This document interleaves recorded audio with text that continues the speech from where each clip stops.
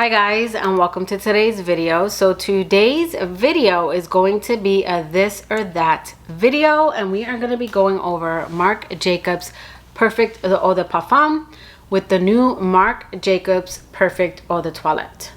And this video should be super quick because honestly guys, these are super redundant in my opinion. So let's go ahead and get into the review. Okay, so I'm going to go over these two, and then I am going to go over the Intense at the end because I did have that one just in case you guys want to know my breakdown. The perfumer for all three fragrances is the same. I'm going to list them here because I do not want to butcher the name. And then the Eau de Parfum was released in 2020, the Eau de Parfum Intense in 2021, and the Eau de Toilette in 2022. So Marc Jacobs Perfect, the Eau de Parfum, is described as fruity, green, almond, aromatic, woody, sweet, nutty, yellow floral, powdery, and musky. And this has notes of rhubarb, narcissus, almond milk, cashmere, and cedar.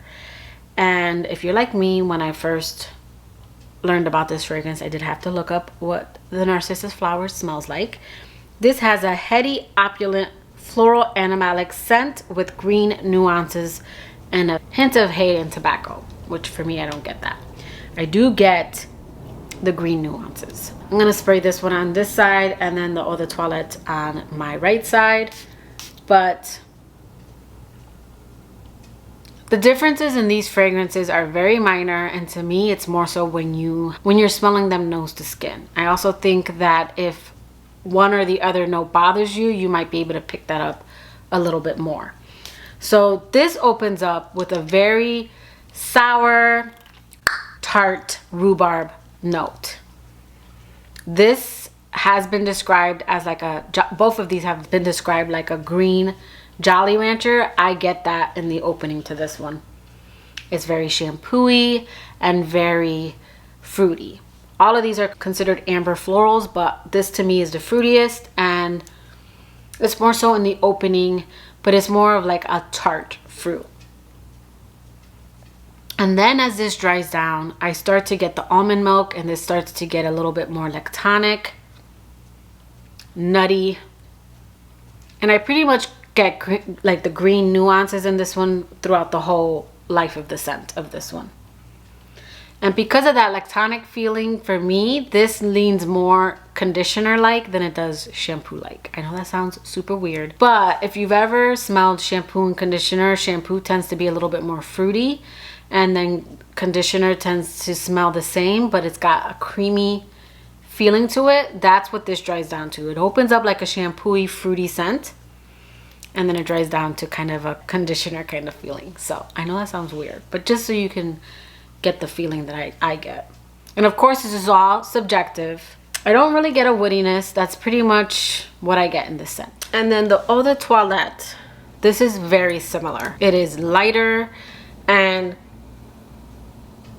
for me, the sourness in this one comes a little bit more in the dry down. When this one opens up, I almost get the reverse. It opens up a little bit more rounded, a little bit more creamy in the opening. So Marc Jacobs Perfect, the Eau de Toilette, is described as yellow floral, green woody, soft spicy, aromatic, and musky. And this has pink pepper, polygonum, narcissus, and cedar. But the greenness in this one's coming from the polygonum. This one has an added note of polygonum, and it doesn't have the rhubarb, and it makes this one green in a little bit more of an herbal sense, but not overly herbal. Like I have other fragrances that I've tested out and that I own that are more herbal.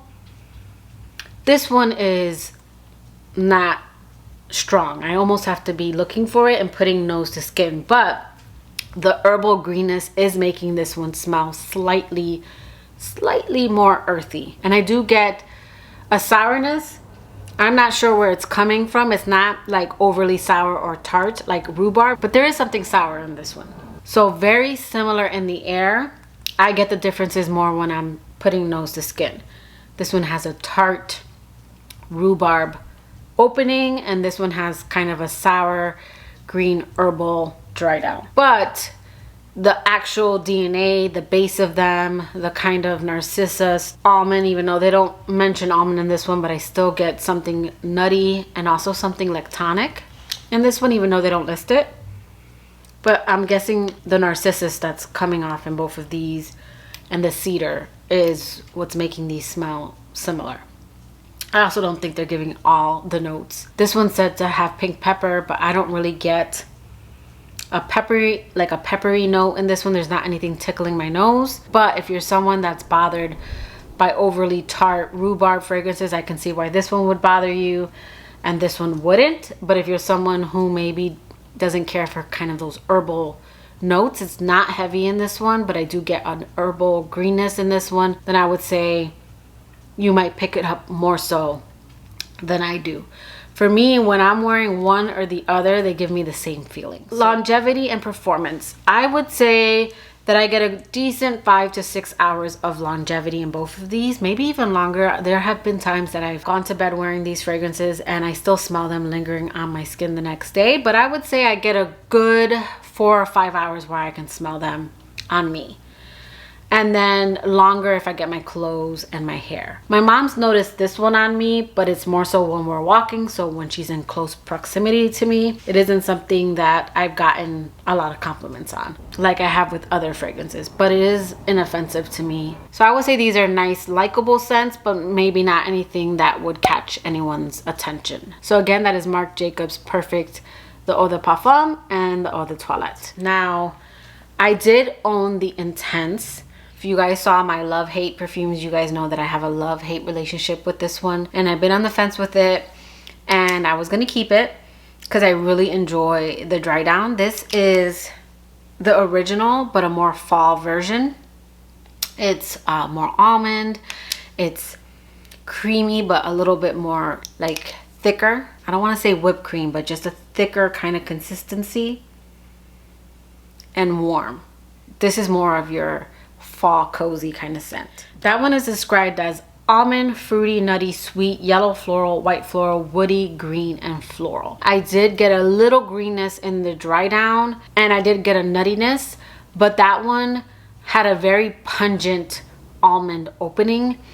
And once it went away, I did enjoy it in the dry down. It was a little more cozy, more fall to me, but the opening was bad. And even though it would go down, it was a scent that Dennis didn't like on me. So it's one I ended up decluttering because I was on the fence with it and I didn't really care for the opening and he didn't like it on me. And then the notes on the Intense version are narcissus, night blooming jasmine, almond. Some places show like toasted almond. I think I've even seen like toasted sesame, and then sandalwood. I'm not sure what nuttiness is in there. I don't know again if it's almond or sesame, but it was something toasty, and again it was just pungent. I didn't care for that one in the opening. I preferred it more in the dry down. So if I was to rank them, I think you guys kind of already know, the Eau de Parfum would be first, the Eau de Toilette would be second, and then the Intense would be last.